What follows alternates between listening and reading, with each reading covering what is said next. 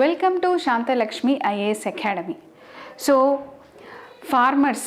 Farmers అనే వాళ్ళు అన్నదాతలు కదా, వీళ్ళ కోసం government of India Kisan Kavach, Bharat's first anti pesticides body సూట్ని తీసుకొని వచ్చారు. అసలు ఎందుకు ఈ కిసాన్ కవచ్ అని చెప్పేసి తీసుకురావాల్సి వచ్చింది? మనం డేటాలోకి వెళ్తే 2015 నుంచి 2018 వరకు కనీసం ఒక 440 పైన ఫార్మర్స్ ఈ పెస్టిసైడ్స్ కోసం ఏవైతే పెస్టిసైడ్స్ మనము వాడతామో అగ్రికల్చర్ కోసం వాటిని అంటే మిస్యూజ్ చేయడం వల్ల కానీ, ఓవర్ అప్లికేషన్ వల్ల కానీ, లేదా వాళ్ళకి ప్రాపర్ సేఫ్టీ మెజర్స్ లేకపోవడం వల్ల చనిపోయారు. సో మనకు అన్నం పెట్టే అన్నదాతలే ఇలా వాళ్ళు మన కోసం చేస్తూ వాళ్ళ ప్రాణాలను కోల్పోవడం అనేది చాలా బాధాకరమైనటువంటి విషయం. సో అందుకోసమే government of India with science and టెక్నాలజీలో ఒక కంట్రిబ్యూషన్ అనమాట. అందులో కిసాన్ కవచ్ అనేది ఒక ఇన్నోవేటివ్ సొల్యూషను. దీన్ని మనకి it is developed by BRIC inStem and also in collaboration with the Sapio health private limited. So దీన్ని మనం ఏ విధంగా చెప్పుకోవచ్చు అంటే, అసలు సైన్స్ అండ్ టెక్నాలజీ కంట్రిబ్యూషన్ ఏంటి ఫర్ ద హ్యుమానిటీ అంటే, అగ్రికల్చర్లో ఈ కిసాన్ కవచ్ అనేది ఫార్మర్స్ సేఫ్టీ కోసం అని చెప్పేసి మనము మెయిన్స్లో ఒక పాయింట్గా రాసుకోవచ్చు. అలాగే అసలు ఈ పెస్టిసైడ్స్ అనేది మొత్తానికి తొలగించవచ్చు కదా, ఈ సేఫ్టీ మెజర్స్ ఎందుకు అని మనకు ఒక డౌట్ వస్తుంది. కానీ పెస్టిసైడ్స్ అనేది గుర్తుపెట్టుకోండి, it is a double edged sword. ఎందుకు, దాని అవసరం ఏంటి అంటే, మనకి ఇండియాలో ల్యాండ్ అనేది చాలా ష్రింకింగ్ అవుతుంది. అంతేకాదు మనకి మార్జినల్ ల్యాండ్ ఫార్మర్సే ఎక్కువగా ఉన్నారు. ఇంకా చెప్పాలంటే లో ప్రొడక్టివిటీ కూడా ఈ మధ్యకాలంలో తగ్గిపోతుంది. ఫార్మింగ్ వర్క్ ఫోర్స్ కూడా తగ్గిపోతున్నారు. పాపులేషన్ పెరుగుతుంది. ఫుడ్ సెక్యూరిటీ అవసరం ఉంది. ఒకవేళ మనం ఈ క్రాప్ పెస్టిసైడ్స్ని, ప్యాథోజన్స్ని హ్యాండిల్ చేయకపోతే మనకి 15 నుంచి 25% వరకు ఈల్డ్ అనేది, క్రాప్ లాస్ అనేది అవుతుంది. మరి దీన్ని ప్రొటెక్ట్ చేసుకోవాలి కదా, మనకి ఫుడ్ సెక్యూరిటీ కూడా కావాలి. ఇటు ఫుడ్ సెక్యూరిటీ కావాలి, అటు ఫార్మర్స్ని కూడా ప్రొటెక్షన్ చేసుకోవాలి. అంటే అప్పుడు మనకి కిసాన్ కవచ్ ఎసెన్షియల్ అని అర్థమవుతుంది. అయితే మరి దీనివల్ల అడ్వర్స్ ఇంపాక్ట్స్ ఏంటి అంటే, పెస్టిసైడ్స్ వాడితే మెయిన్గా 4 పార్ట్స్, వాళ్ళ స్కిన్, ఐస్, మౌత్, లంగ్స్, ఇవి 4 పార్ట్స్ ఎక్కువగా ఇంపాక్ట్ అవుతాయి. సో దీనివల్ల లాస్ట్కి వాళ్ళకి డిసీజెస్, హెల్త్ ఇష్యూస్ ఎక్కువగా ఇబ్బంది అయ్యి చివరికి ప్రాణాలే కోల్పోవాల్సి వస్తుందన్నమాట.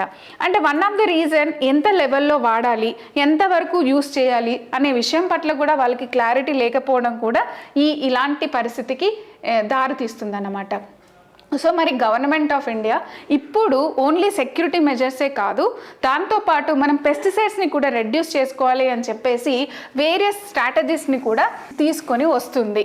అసలు ఈ పెస్టిసైడ్ ఇంపాక్ట్ ఇంత సివియర్గా ఉంటుంది అని ఎలా తెలిసింది అంటే, మిథైల్ పారాథియన్ అనేది ఒక కేరళలో పాయిజనింగ్ జరిగి అప్పుడు చాలా పెద్ద ఇష్యూ క్రియేట్ అయింది. సో దాంతో గవర్నమెంట్ ఆఫ్ ఇండియా అందులో insecticides act 1968 and insecticide rules అని తీసుకొని వచ్చారు. సో దీని ప్రకారంగా ఏంటంటే, ఎప్పుడైనా అంటే ఈ పెస్టిసైడ్స్ని ఇంపోర్ట్ చేసుకోవాలన్నా, మ్యానుఫ్యాక్చర్ చేసి, సేల్ చేసి అండ్ దాన్ని యూస్ చేయాలన్నా కూడా దానికి ప్రాపర్ అంటే మెయిన్గా ఈ రూల్స్ దీనిని రెగ్యులేట్ చేస్తుంది అన్నమాట. అంతేకాదు ఎవరైనా కొత్తగా పెస్టిసైడ్స్ని వాళ్ళు ప్రొడ్యూస్ చేసినా దానికి ప్రాపర్ రిజిస్ట్రేషన్ చేసుకోవాలి, లైసెన్సెస్ తీసుకోవాలి for manufacturing and sale also. ఒకవేళ వీళ్ళు ఎంత మోతాదు తీసుకోవాలి ఈ విషయాల పట్ల గనక ఎవరైతే పాటించారో, వాళ్ళు పాటించకపోతే వాళ్ళ మీద బ్యాన్ కూడా, అంటే బ్యాన్ అయినటువంటి హార్మ్ఫుల్ పెస్టిసైడ్స్ని తీసుకొచ్చి సేల్ చేసినా, అలాంటి ఇక్కడ ఉన్నటువంటి రూల్స్ అండ్ రెగ్యులేషన్స్ని వయలేట్ చేసినా వాళ్ళ మీద ప్రాపర్ పెనాల్టీస్ కూడా ఇస్తారు. అందుకే ఫార్మర్స్కి ఎలా వీటిని వాడాలి అనే విషయంలో సెంట్రల్ ఇన్సెక్టిసైడ్ బోర్డ్ అని కూడా ఏర్పాటు చేసి వీళ్ళకి కావాల్సిన టెక్నికల్ గైడెన్స్ కూడా ఇస్తుంది. సో ఇది ఎలా రెగ్యులేషన్ చేసుకోవచ్చు, ఎలా రెడ్యూస్ చేయొచ్చు అనే దానికి ఒకటి లా పరంగా ఓకే, నెక్స్ట్ వచ్చేసి దీంతో పాటు ఇంకా ఆల్టర్నేటివ్స్ ఏంటి? ఆల్టర్నేటివ్ యూసేజ్ వచ్చేసి బయోపెస్టిసైడ్స్. బయోపెస్టిసైడ్స్ అంటే ఏంటి? న్యాచురల్గా అక్కరయ్యేటివి, అంటే ప్లాంట్స్ నుంచి కానీ అనిమల్స్ నుంచి కానీ మినరల్స్ నుంచి కానీ డైరెక్ట్గా వచ్చే వాటిని మనం వాడుకోవాలి. ఇలాంటి కెమికల్స్, చాలా డేంజరస్ కెమికల్స్ని యూస్ చేయకుండా చేసేది. సో ఈ బయోపెస్టిసైడ్స్ని కూడా వాడాలి అని చెప్పేసి గవర్నమెంట్ ప్రమోషన్ చేస్తుంది. సో దాంట్లో ఎక్కువగా మనం కెమికల్ ఫ్రీ ఫార్మింగ్ చేయాలి, ఆర్గానిక్ ఫార్మింగ్, బయోపెస్టిసైడ్స్ని వాడాలి అని చెప్తూ దానికోసం ఈ బయోపెస్టిసైడ్స్ని ప్రమోషన్ చేయడానికి central insecticide board and registration కమిటీని ఏర్పాటు చేశారు. వీళ్ళు ఏం చేస్తారైతే ఎవరైతే బయోపెస్టిసైడ్స్ని రికగ్నైజ్ చేసి దానివల్ల ఇంపాక్ట్ జరుగుతుందని తెలుస్తుందో అలాంటి వాళ్ళు ఈజీగా వాటిని మార్కెటింగ్ అంటే కమర్షియలైజేషన్ చేసుకునే విధంగా ఈ గైడ్ లైన్స్ అనేవి సింప్లిఫై చేశారు. ఇంకా చెప్పాలంటే ఈ ఇన్సెక్టిసైడ్స్ యాక్ట్ 1968 ఎవరైతే వీళ్ళు ఈ బయోపెస్టిసైడ్స్ని టెస్ట్ చేసి దాని ఇంపాక్ట్ తెలుస్తుందో వాళ్ళు దాన్ని ఈ చట్టం ప్రకారంగా కమర్షియలైజేషన్ కూడా చేసుకోవచ్చు అని చెప్పేసి బయోపెస్టిసైడ్స్ని ప్రమోట్ చేస్తుంది. ఇంకా మనకి టైప్స్ ఆఫ్ బయోపెస్టిసైడ్స్ అంటే దీంట్లో మెయిన్గా ఈ 4 ఉన్నాయి: బసిల్లస్ తురింజస్, ట్రికోడర్మా, సుడోమోనాస్, మెటారిజం అండ్ బువేరియా. సో ఈ 4 చాలా ఇంపార్టెంట్ బయోపెస్టిసైడ్స్. ఇవి న్యూస్లో ఉన్నాయి, మనకు ప్రిలిమ్స్ పాయింట్ ఆఫ్ వ్యూలో ఇవి చాలా చాలా ఇంపార్టెంట్. ఇండియాలో అరౌండ్ 20 మైక్రో ఆర్గానిజమ్స్ని మనం బయోపెస్టిసైడ్స్గా రికగ్నైజేషన్ చేసాము, రిజిస్టర్ చేసుకున్నారు. అయితే ఈ మైక్రో ఆర్గానిజమ్స్కి ఫంగి కావచ్చు, బ్యాక్టీరియా కావచ్చు, వైరస్ అయినా అయి ఉండొచ్చు. మనకి ఇలాగే బయో ఫర్టిలైజర్స్ కూడా ఉంటాయి. బయో ఫర్టిలైజర్స్ అనేవి ఏంటి? ఇవి మైక్రో ఆర్గానిజమ్స్ జనరల్గా సాయిల్ ఫర్టిలిటీని పెంచడానికి వాడతాం. Rhizobium, azotobacter, cyanobacteria, anabaena. So నేను ఎందుకు బయోపెస్టిసైడ్స్ అని స్పెసిఫిక్గా అండ్ బయోఫర్టిలైజర్స్ చెప్తున్నానంటే మనకి ప్రిలిమ్స్లో అంతకుముందు ఇలాంటి పేర్లు ఇచ్చి మనల్ని క్వశ్చన్ అడిగారు. సో ఇక్కడ మనకు పిఏబిలో ఆల్రెడీ ఇలాంటి ఇన్ఫర్మేషన్ స్పెసిఫిక్గా మెన్షన్ చేసి ఉంది కాబట్టి రేపు మీకు ప్రిలిమ్స్లో ఈ పేర్లు ఇచ్చి ఏంటి అని అడగడానికి స్కోప్ ఉంటుంది. ఓకేనా? సో దీంతో పాటు గుడ్ అగ్రికల్చరల్ ప్రాక్టీసెస్ని కూడా సపోర్ట్ చేస్తుంది. గుడ్ అగ్రికల్చరల్ ప్రాక్టీసెస్లో 4 ఇంపార్టెంట్ పిల్లర్స్ ఉంటాయి. ఫస్ట్ వచ్చేసి economic viability, second environmental sustainability, social acceptability and food safety and quality.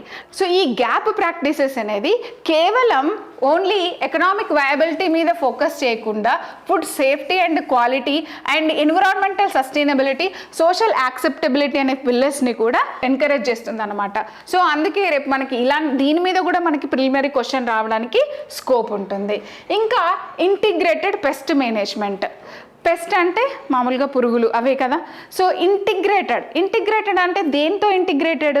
జనరల్గా మనం కెమికల్స్ వాడుతున్నాం, అయితే దాంతోపాటు బయోపెస్టిసైడ్స్ అంటే న్యాచురల్గా వాడే వాటిని తీసుకొచ్చే వాటిని కూడా వాడుకోవడం. అంటే 2 రకాల ఇంటిగ్రేటెడ్. మనం ఇంటిగ్రేటెడ్ అని చదువుతూ ఉంటాం కదా. సో ఇంటిగ్రేటెడ్ అంటే ఇక్కడ మనం ఒక ఏదైనా క్రాప్ పండించేటప్పుడు మనం ఎంత ఫోకస్ అంటే ఎంత కెమికల్స్ని తగ్గించగలిగితే అంత తగ్గించేసుకోవాలి. కానీ ఇంకా వేరే ఆల్టర్నేటివ్ ఆప్షన్ లేనప్పుడు కెమికల్స్ని తక్కువ మోతాదులో వాడుకోవాలి. అంటే మిక్స్డ్ అనమాట. ఇటు మనం న్యాచురల్గా నీమ్, వేప పత్తా ఉంటుంది కదా. So NIMS like plant originated like neem formulations కానీ బయోపెస్టిసైడ్స్ కానీ వీటన్నిటినీ పెస్ట్ మేనేజ్మెంట్కి వాడుకోవాలి. ఎట్ ద సేమ్ టైం ఒక్కోసారి మనకి కావాల్సినటువంటి అంటే ఈ బయోపెస్టిసైడ్స్ కానీ ఇవి అంటే అవి సరిపోవు అనుకున్నప్పుడు తక్కువ మోతాదులో పెస్టిసైడ్స్ని యూస్ చేయడం అనమాట. అందుకే దీన్ని ఇంటిగ్రేటెడ్ అని అంటాము. సో ఎంత తక్కువ యూస్ చేయగలిగితే అంత తక్కువగా యూస్ చేయడం అన్నమాట. సో అందుకోసమే మనకి ఈ ఇంటిగ్రేటెడ్ పెస్ట్ మేనేజ్మెంట్ అనేది it is also an eco friendly approach. మనం ఏం చేస్తాం, చాలా మట్టుకు ప్రివెంట్ చేస్తాం. అంటే కెమికల్స్ని వాడకుండా ఎంతవరకు యూస్ చేయగలిగితే బయోపెస్టిసైడ్స్ కానీ న్యాచురల్గా occurrence pesticides, plant based pesticides వాటిని వాడుతూ లాస్ట్ ఎలా అంటే దానివల్ల క్రాప్ లాసెస్ జరగకుండా ఉండడం కోసం మాత్రమే చివరిగా లాస్ట్ రిసార్ట్గా వాడేది కెమికల్ పెస్టిసైడ్స్ అన్నమాట. సో దాన్ని మనం ఇంటిగ్రేటెడ్ పెస్ట్ మేనేజ్మెంట్ అంటాం. సో ఇది కూడా మనం స్ట్రాటజీగా పెట్టుకున్నాం అనమాట. ఇవన్నీ కూడా వేరియస్ పెస్టిసైడ్స్ అండి. అంటే లిస్టు ఒకసారి మీరు ఒక 2 సార్లు చదివితే మామూలుగా వీటి పేర్లు ఏంటి అనేది తెలుసుకోవచ్చు. బట్ అంత అవసరం లేదు. బట్ ఒకటి న్యూస్లో ఉన్నది ఏంటి మనం తెలుసుకోగలిగితే చాలు. సో ఇది ఒక క్వశ్చన్ అంతకుముందు మనకి ప్రీవియస్ 2018 ఏదో ఇయర్లో వచ్చింది. In India the use of carbofuran, methyl parathion, phorate and triazophos is viewed with అని చెప్పేసి ఇచ్చారు. with apprehension. These chemicals are used as pesticides in agriculture, preservatives in processing foods, fruit ripening agents, moisturizing agents in cosmetics. ఇప్పుడే కదా మనం Kerala story చదువుకున్నాం, methyl పారాథియన్ అని చెప్పేసి ఒక పెస్టిసైడ్. అంటే ఇలా క్వశ్చన్ ఇచ్చారంటే రేపు మనకి ఇలా కూడా క్వశ్చన్ రావచ్చు. In India bacillus thuringiensis, trichoderma, pseudomonas, metarhizium, beauveria play a crucial role in sustainable crop protection. They are ఏమని అడగచ్చు? Chemical pesticides in agriculture, moisturizing agents, bio fertilizers, bio pesticides. These are bio pesticides.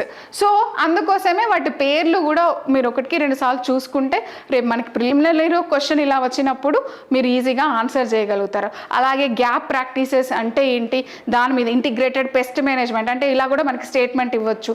Integrated pest management does not involve any chemicals అని చెప్పేసి ఇచ్చారనుకోండి, అప్పుడు మనం కరెక్ట్గా గుర్తుపెట్టాలి. ఎందుకంటే last రిసర్ట్గా మనం కెమికల్స్ కూడా వాడుతాం కాబట్టి దాని మీద ఒక ప్రిలిమ్స్ క్వశ్చన్ రావచ్చు. అలాగే insecticides act, commercialisation of biopesticides can undertake అని చెప్పేసి మనకు వేరియస్ యాక్ట్స్ ఇవ్వచ్చు. మీకు అప్పుడు ఇన్సెక్టిసైడ్స్ యాక్ట్ అని చూడగానే ఇది కాదేమో అనిపించవచ్చు, కానీ అదే అవుతుంది. సో ఇలాంటివి మనం కనుక కాషియస్గా చూసుకుంటే మనం ఈజీగా ఆన్సర్ చేయగలుగుతాం. ఓకే.